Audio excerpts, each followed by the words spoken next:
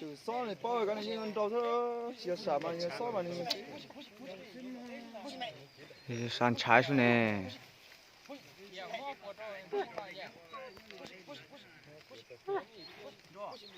cú gì mày cú gì mồi yo mày mồi yo ôi ơi còn nhiều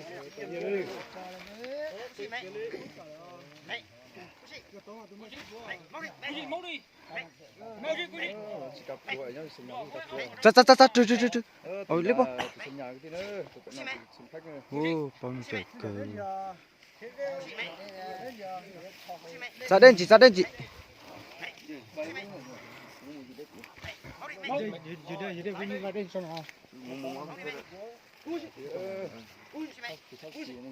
nè tiền lo nó chỉ lùi giả chứ là cái ói xí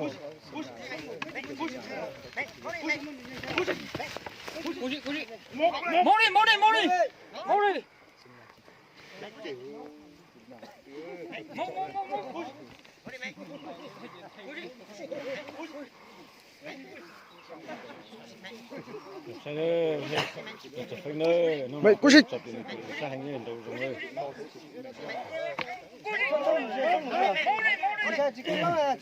chicken lo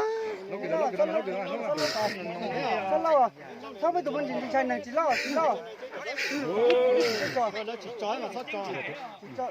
mà sao ở đây xong cáo cho tới thời chân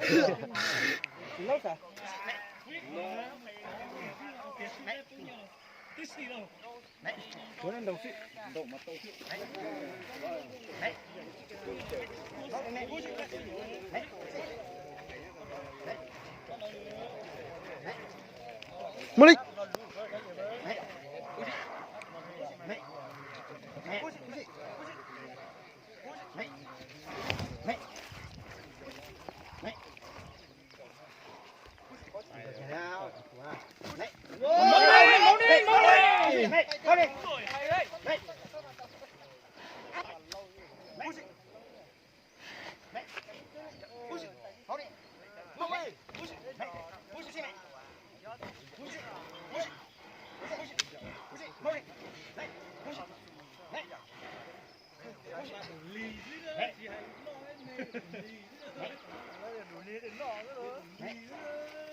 béo nhật chan béo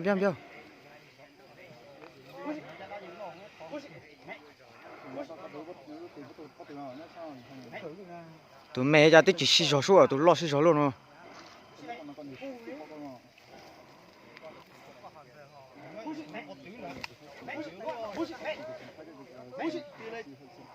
cho nó khỏi giặc cái lò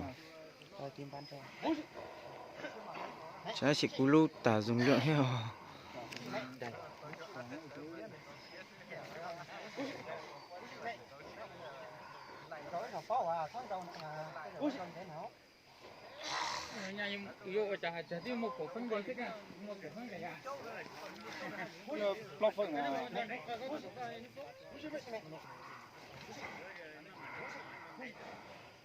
vả đấy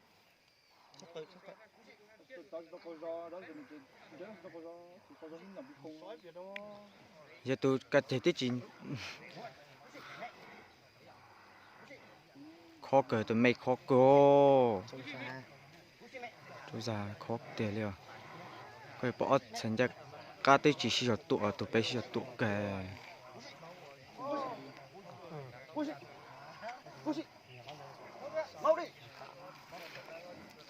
chát béo nhiều chát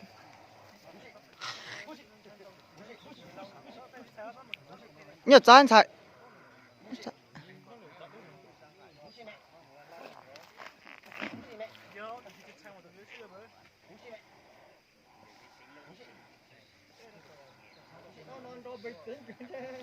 rồi mình tính tiền rồi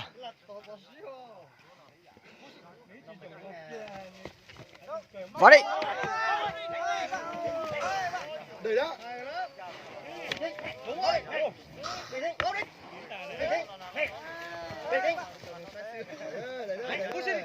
vào đi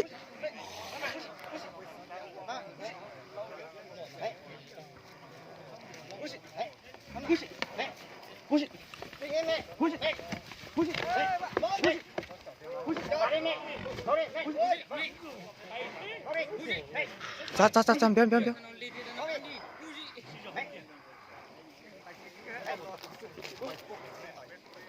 그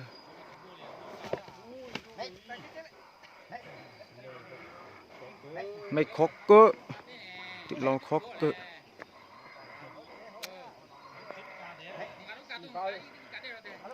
cá có đó là có thân gì chứ nó có do ý tưởng có vào đây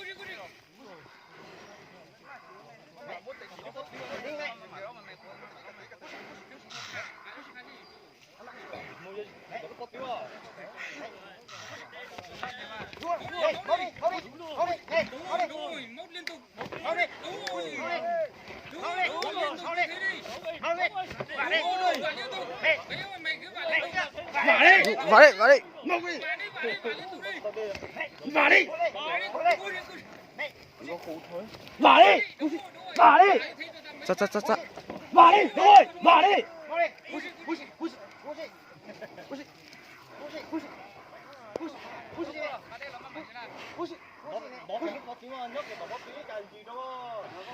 một quê mấy dân của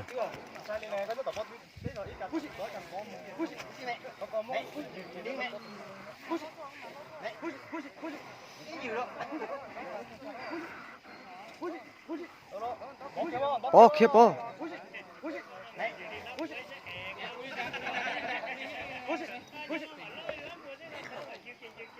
mà lo này nữa mà lo xỉ giờ giá phụ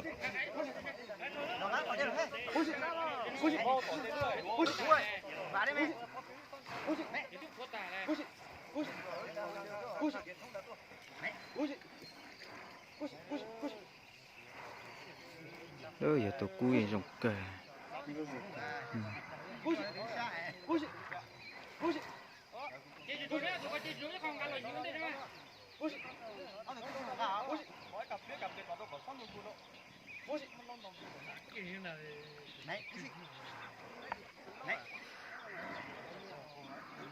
mày khó tao tị lòng khó thế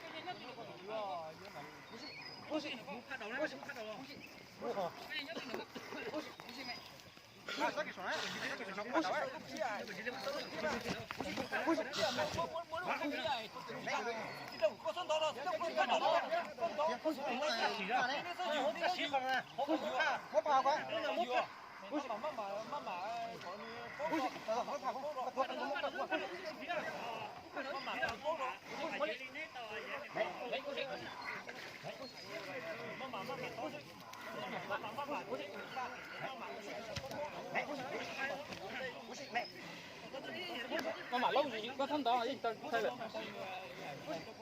con tôm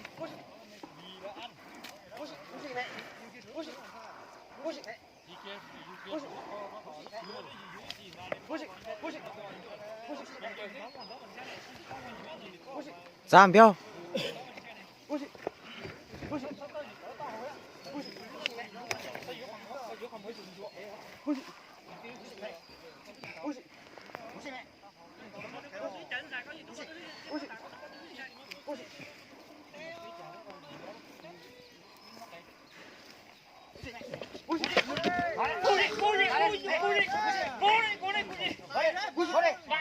ngầu đi vả tay kia đi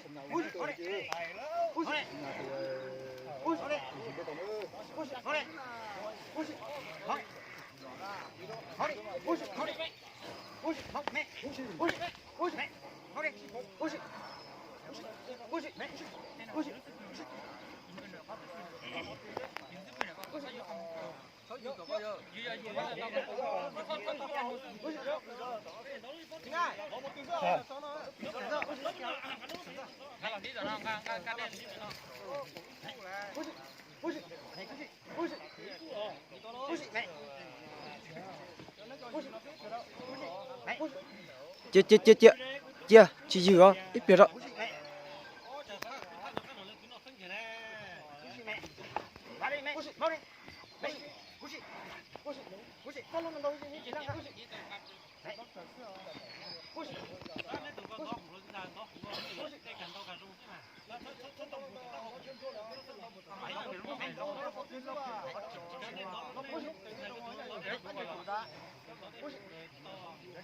tròn đó chỉ có cảm đó nó mà xí à.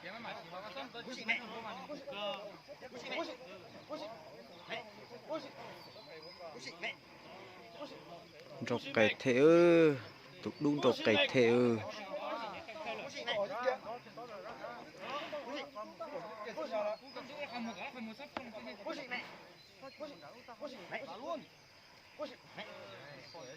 ơ chả cú tuổi lại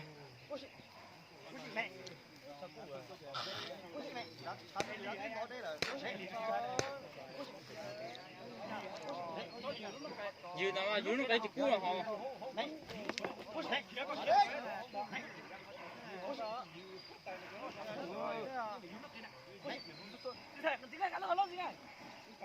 Phải có dư là ta ra mà đó lốt rồi có phú rồi đó mà ngay ít cả là gì hết đâu.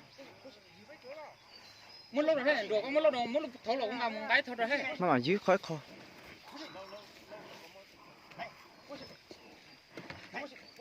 chị thái nhật giá chị thái Chỉ cho hỏi đi có gì mình lốt chính sai có chỉ lốt chứ chính phải mà. Thôi, cứ làm từ dân thế cũng được mà. Ơi, có thế, có thế thì cũng được mà. lên từ thật từ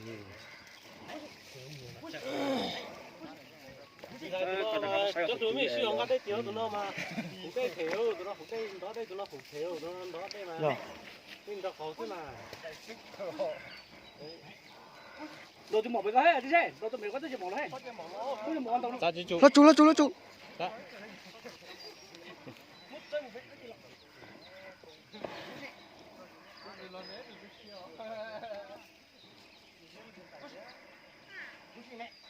ô sư đi luôn cậu bay phanh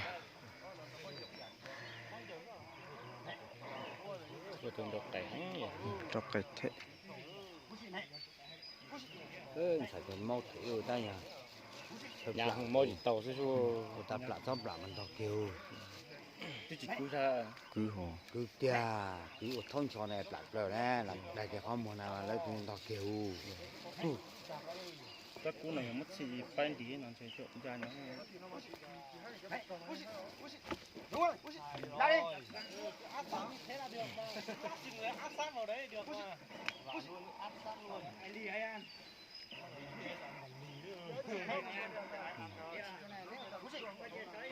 Giờ giờ mới thấy biết đâu.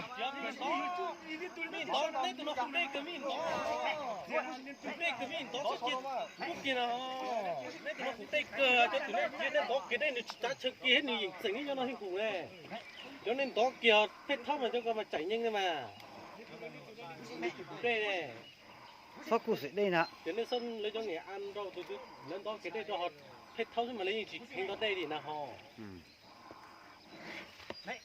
chứ đâu bây giờ nhẹ nhàng lên thì phải luôn mà cho lâu thời muốn gần cái ít thông lối chú cái heo phụ cái đó chỉ xí giọt heo là chỉ xí giọt ấy dạ cái rồi bốc kiểu giọt cái heo còn mấy của ta mà biết tên ra đây rồi ra áo gì nè quả luôn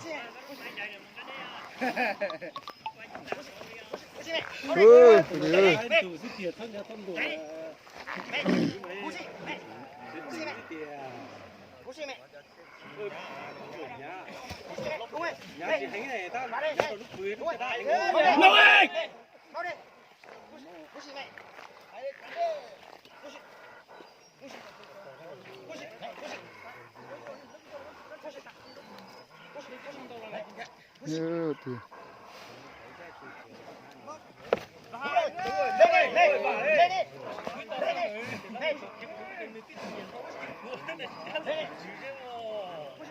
chứng pháo nó tổ chức đây chứng pháo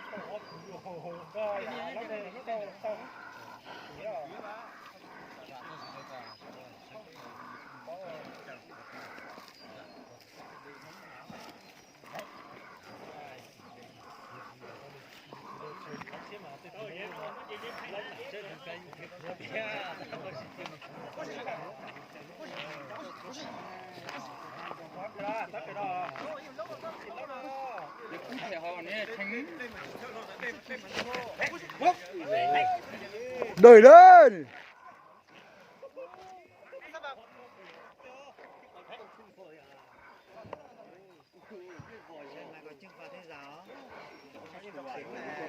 Dòng kẻ à.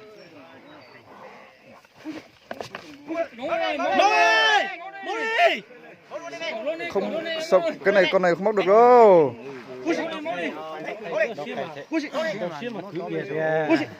Ăn độc cày chứ.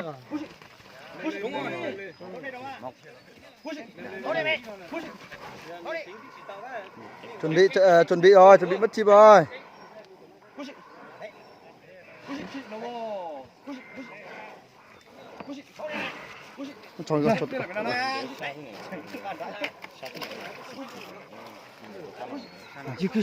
trời ơi chỗ đó sao thì không có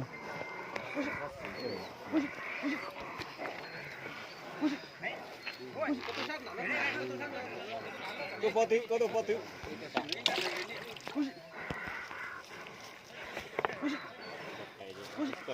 Dư cái đó.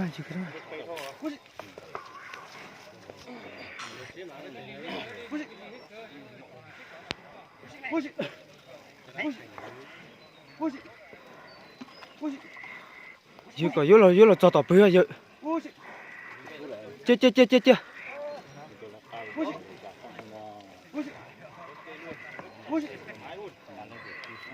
Ra phô. Có nhất đó tao nó.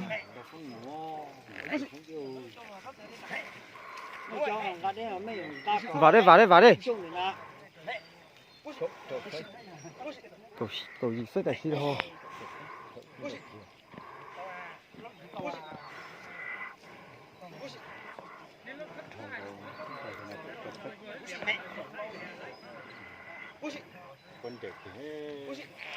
nhau lo khỏi khó xem mà giờ có thấy gì không đâu.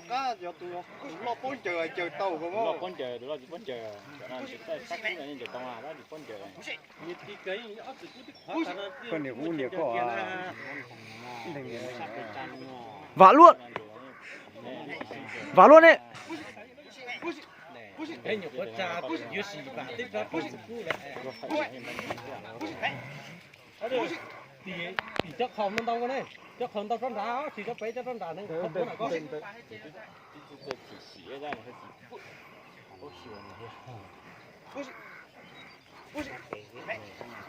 cái này熊mà như chủ cơ à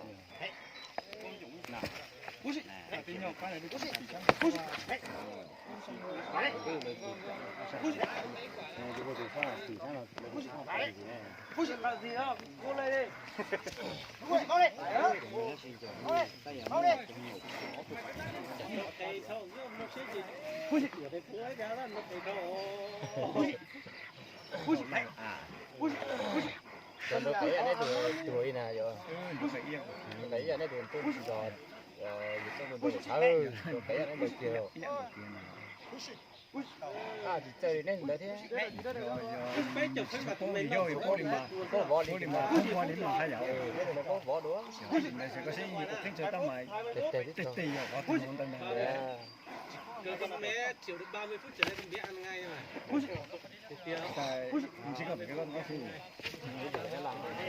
xếp của nó chỉ có thể cái khác rồi Đi có ở đó đấy cậu mình phải làm cái chuyện đấy.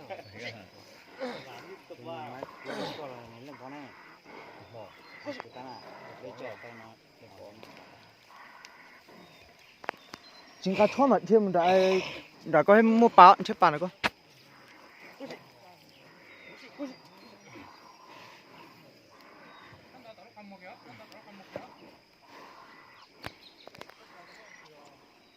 đó tao bắt tiêu xíu, đó chỉ lúc quỳ cho là tao nó sẽ, tao bắt tài đây đi. Quá ngon. Tuyệt vời. Sao cua nhìn cho nó phải tu xía sầu hay là cái sao tu hậu sao nào tu hậu ấy à.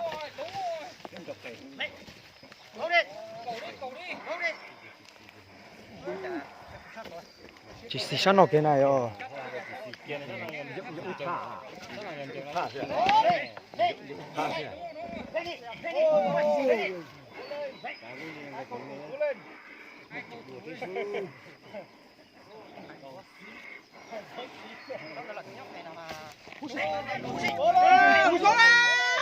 Móc đây, tôi không mà móc kia thì chắc tôi sầu tiền. Đó là tôi sầu nè. Tôi không mà móc kia. Tôi không mà móc kia. Nè. Thoát khởi ra mà.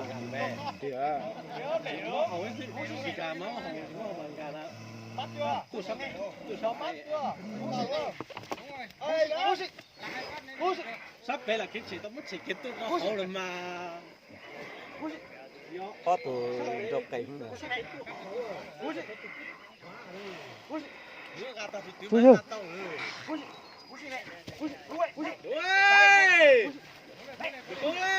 Tụi hậu à, tụi sầu à, tụi hậu mặn. Tăng giờ tụi sầu, tụi hậu mặn là kiểu. Liệt tái.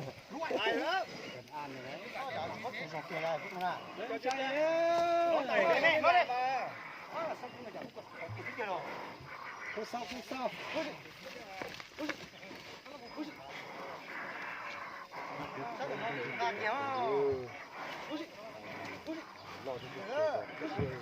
Nó hay ở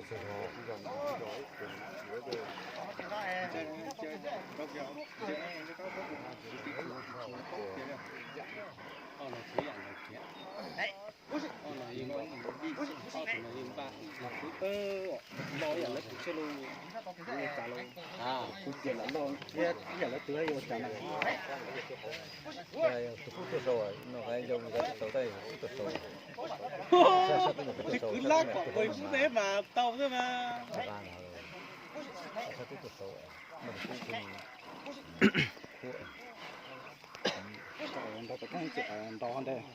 Hai mươi phút.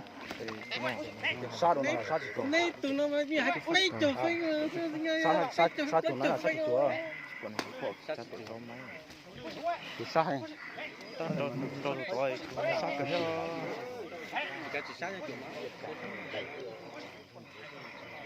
lấy tụi nó xíu thì cho lọt thôi chỉ phải thôi cho chỉ dễ tụi mà chỉ dễ tụi nó được tụi nó có hay cho lo thế mà cho xíu tụi nó Cô về tụi nó béo ăn nó. bây giờ thì nhìn thứ mà ngon lắm hay là cái này 30 phút 40 phút thì sông nào mà chỉ mới rồi 20 phút bây giờ tao có gì nó gấp tiếng nó phích cái tiền này thì nó không được tao đây nó cạp tiền 20 phút trở lên rồi á. tao nó gấp tiếng nó phích tiền nào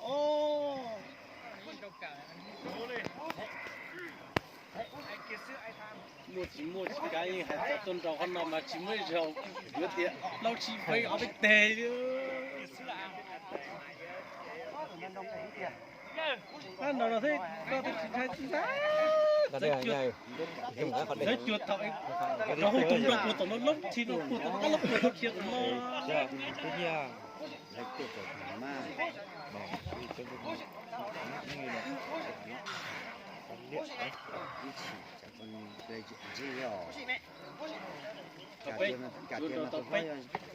tao phải cho phép mình mà có tạ tụi ông nó thế nào Đẩy đấy vào đấy. Đẩy đấy vào đấy. trên còn 30 á 15 phút trên 30 phút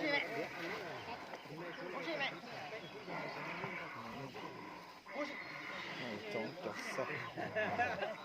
Trốn chọt sắp trên đất sắp.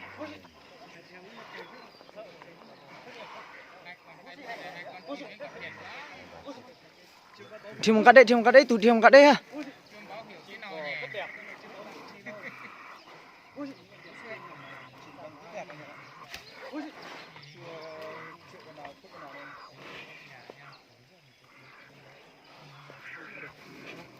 gà chó mới sao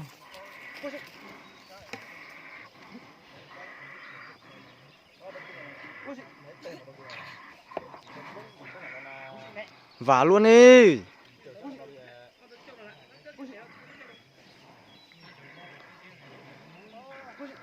chỉ xí sát đã nói nào rồi có tụi nó có đi đi lên xí xa xưa à đi lên xí xa xưa xí xa xí xa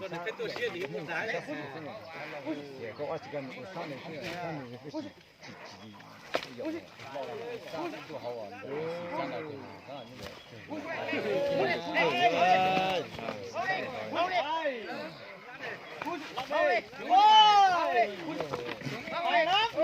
làm đây làm đây làm đây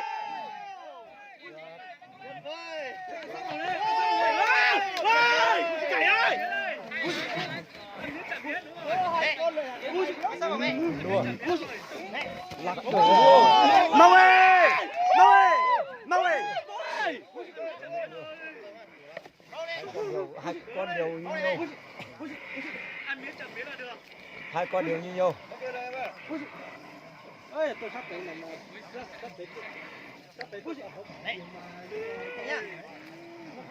đến bình tĩnh đi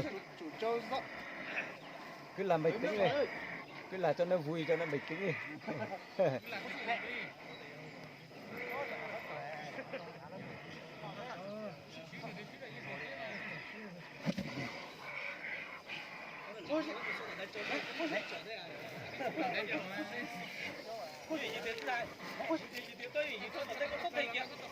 tôi không thể là thôn đó có cái gì mà giữ đây đúng một xí xíu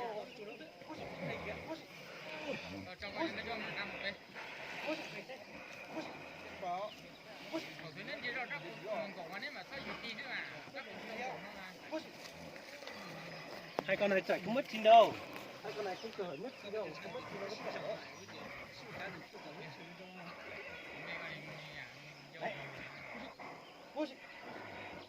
Có lẽ chị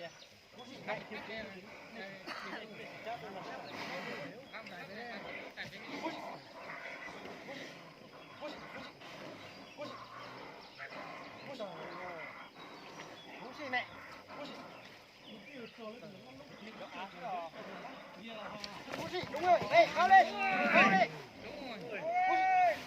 tổ hậu nha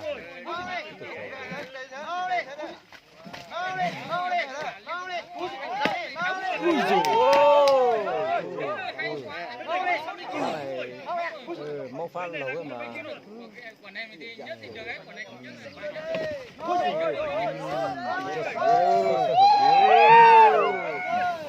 lúa cứ hai lúa cứ hai lúa đúng rồi hai con này là cứ hai lúa phôi như dạ chú đánh xỉ luôn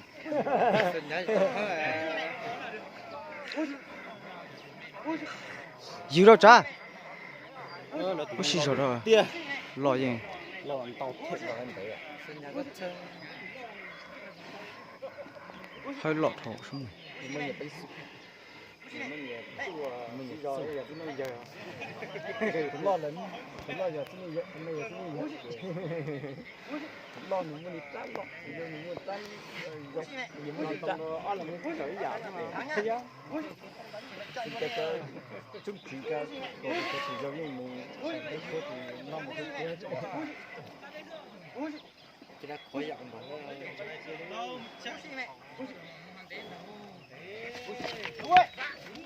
rồi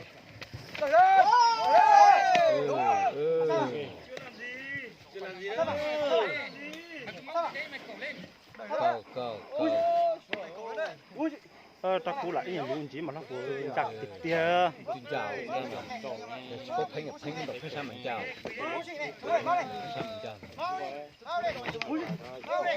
mau đây đúng rồi lên đây lên đây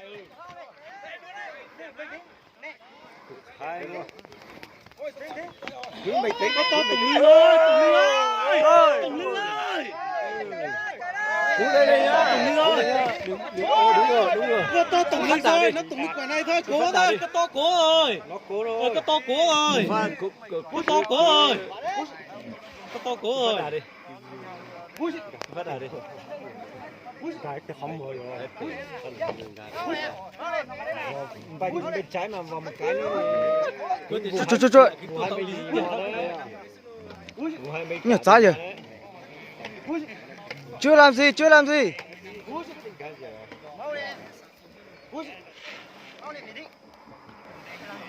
Dùng hai bên thì nếu mà dùng cả hai bên thì vừa đấy. Dùng tay.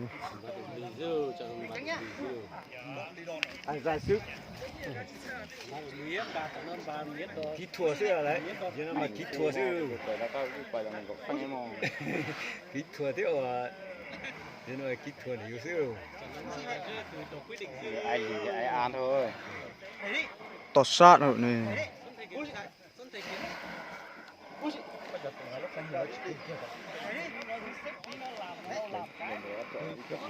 Đây chọn nó, o chọn nó. Lấy cho lấy tiếp tục lấy cái gì vô cái lấy cho cái sai tái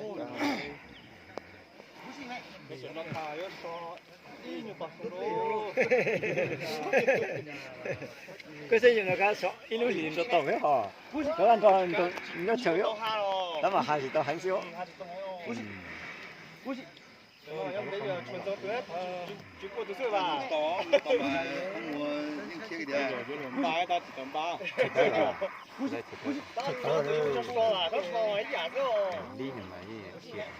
Ô, chả nên cả đây nên cả thì nó cả tao chứ. Cú lên đi. Ui, đợi đây.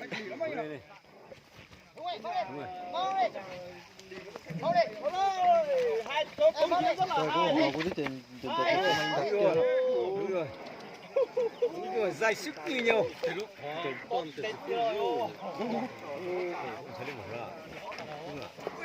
Đó.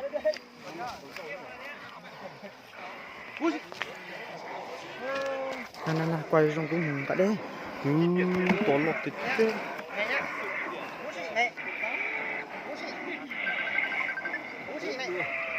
Cú gì?